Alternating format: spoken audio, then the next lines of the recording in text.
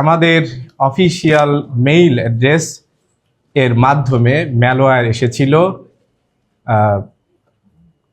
bangabhavan.gov.bd এটার একটা mail address থেকে assistantprogrammer@bangabhavan.gov.bd সেখান থেকে, এবং সেটা থেকে আসার পরে শুধুমাত্র আমাদের এই অফিসিয়াল কেন্দ্রীয় যেই অফিসিয়াল মেইলটা আছে শুধুমাত্র সেখানেই আসেনি, এর সাথে সাথে সিসিতে আরও বেশ কয়েকটি আইডি দেওয়া ছিল, এবং এর সাথে সাথে সেপারেটলি ঢাকা মহানগরীর দক্ষিণের মেইলেও সেখানে এসেছিল। জানতে পেরেছি আরও বেশ কিছু জায়গায় এই মেইলটা এসছে, এবং সো অলরেডি অনেকগুলো ডিভাইস তাদের দ্বারা কন্ট্রোল হয়ে আছে। সো আমরা জানি না কতগুলো ডিভাইসকে তারা কন্ট্রোলে নিয়েছে, এটা আমরা সরকারের কাছে আজকে যেটা বলে এসেছি সেটা আলোকে আমরা প্রত্যাশা করতে চাই তারাই এই লিস্টটা দেওয়া দরকার যে কতগুলো ডিভাইসকে তারা কন্ট্রোল করেছে, অবৈধভাবে ইন্ট্রুডার হিসাবে সেখানে প্রবেশ করেছে। আজকে সেটারই ধারাবাহিকতায় আমরা দেখতে পারলাম যে সম্মানিত সেক্রেটারি জেনারেল মিয়া গোলাম পরোয়ার সাহেবের যেই টুইটার অ্যাকাউন্ট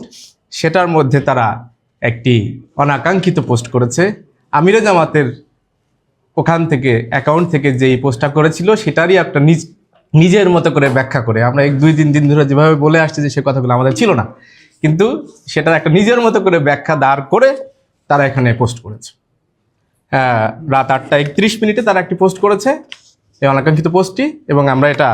9:30-9:15 দিকে আমরা বুঝতে পেরেছি এইরকম একটি পোস্ট এখানে এসছে, এবং আমরা ইমিডিয়েটলি অ্যাকশন নেওয়ার মধ্যে দিয়ে 9:30 সময় আমরা সেটাকে ডিলিট করেছি, এবং একই সাথে আমরা সেটাকে সেখান থেকে অ্যানাউন্সমেন্ট দিয়েছি 11টার পর। সো সেই জিনিসটাই আপনাদেরকে আজকে বলার জন্য আমরা এখানে ডেকেছি, অনুরোধ করেছি আসার জন্য, যে এই পোস্ট যেটা দেওয়া হয়েছিল আজকে সেটা আমাদের কোনো কথা নয়, আমাদের কোনো বক্তব্য নয়, এটা হচ্ছে হ্যাকাররা আমাদের এই আগের দিনের মতোই একইভাবে এখানে তাদের নিজেদের কথা এখানে পেশ করেছে, এটা একটা সম্পূর্ণ অবৈধ কাজ করেছে, সেইটা বলার জন্য আপনাদের কাছে ডেকেছি। এবং আরেকটা জিনিস উনি যেটা উল্লেখ করেছিলেন আমি রিপিট করতে চাই, সেটা হচ্ছে আমরা যেই ল্যাব রিপোর্ট আগের ইনসিডেন্টসের ক্ষেত্রে ল্যাব রিপোর্ট কালেক্ট করেছিলাম, সেটারে আরেকটা ল্যাব রিপোর্ট আমরা deep forensic analysis report collect করেছি, এবং সেটার মধ্য থেকে আমরা দেখতে পেরেছি সেটা হচ্ছে প্রথম অরিজিন মেইল বক্স, এটা হচ্ছে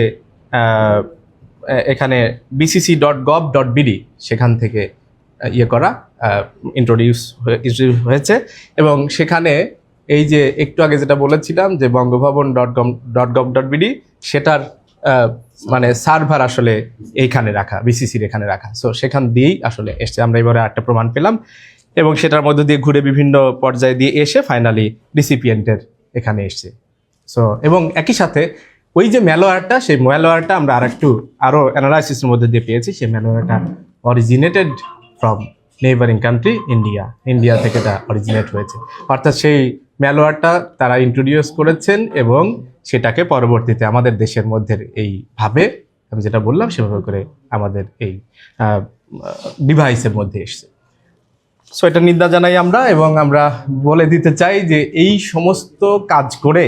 আসলে আমাদের বাংলাদেশ জামাত ইসলামের যেই জনপ্রিয়তা তৈরি হয়েছে সেটাকে রোকা যাবে না। আমরা স্পষ্ট করে বলতে চাই বাংলাদেশ জামাত ইসলামী নারীদের সম্মান, নারীদের নিরাপত্তা, নারীদের ক্ষমতায়নের ব্যাপারে বিশ্বাস। তো সেই হিসেবে আমরা এগুলো স্পষ্ট করেছি, সেটা ভুলভাল ব্যাখ্যা করে সেই ব্যাখ্যাগুলোকে জামাত ইসলামের উপর চাপানো এটা কোনোভাবেই সমীচীন নয়। এটা দেশের মানুষ বুঝে, দেশের আম জনতা বুঝে গেছে,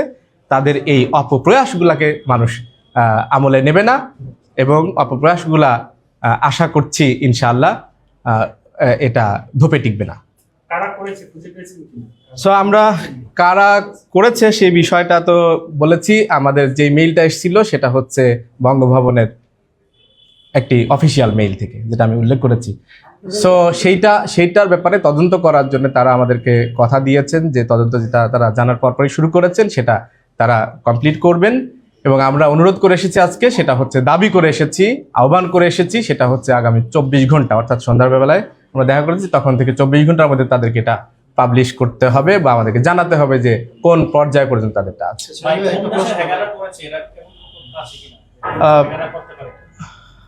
হ্যাকাররা তো আমরা আমরা এখন পর্যন্ত যা বুঝছি তাকে ওই